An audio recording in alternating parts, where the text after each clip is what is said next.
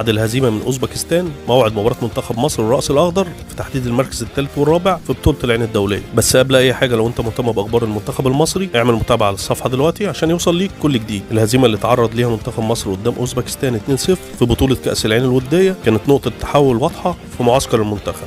السبب انها كشفت مشاكل كبيره في المنتخب قبل بطوله مهمه زي كاس الامم الافريقيه 2025. من اول ما نزل المنتخب المصري ملعب هزاع بن زايد بان واضح ان في خلل كبير في الترابط بين الخطوط، لا تنظيم دفاعي ولا افكار هجوميه، واللي استغل ده طبعا منتخب اوزبكستان اللي مسك المباراه من بدايتها وقدر يفرض ايقاعه. الهدف الاول كان نتيجه طبيعيه لغياب التفاهم بين محمد شحاته ومروان عطيه في نص الملعب، اتنين المفروض يغطوا قدام الدفاع لكن الضغط كان ضعيف جدا، وده اللي سمح لاوستن مهاجم منتخب اوزبكستان انه يعدي في مشهد مهين من 5 لعيبه من منتخب مصر ويحط الكوره في شباك محمد صبحي. هدف كشف قد ايه وسط الملعب مفتوح ومش متماسك. اما عن الهدف الثاني فالهدف الثاني جاء من ثغره واضحه جدا خلف محمد هاني في الجبهه اليمنى، مساحات كبيره وغياب للتامين، وده نفس العيب اللي فضل موجود طول الشوط الاول. اوزبكستان استغلت المساحه وسجلت الهدف الثاني بسهوله علشان يبان ان الدفاع متاثر جدا بخطه فيها قلب دفاع واحد بس رامي ربيعه، ومعاه اظهره بتلعب ادوار دفاعيه مش طبيعيه بالنسبه ليهم، ودي كانت الخطه الغريبه اللي عملها حسام حسن. بالرغم ان مشاكل الدفاع كانت واضحه جدا لكن تدني مستوى منتخب مصر ما وقفش لحد كده،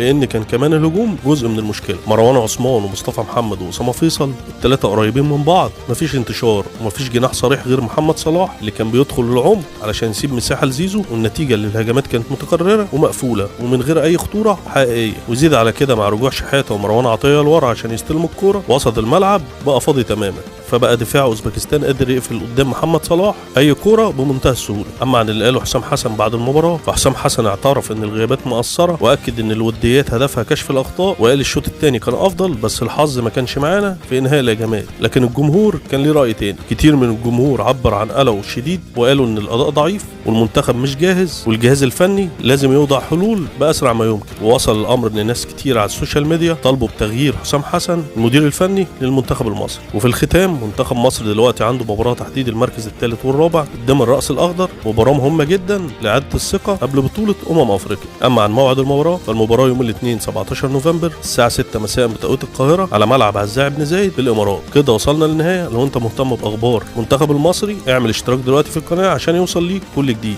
كان معكم حسن سعيد.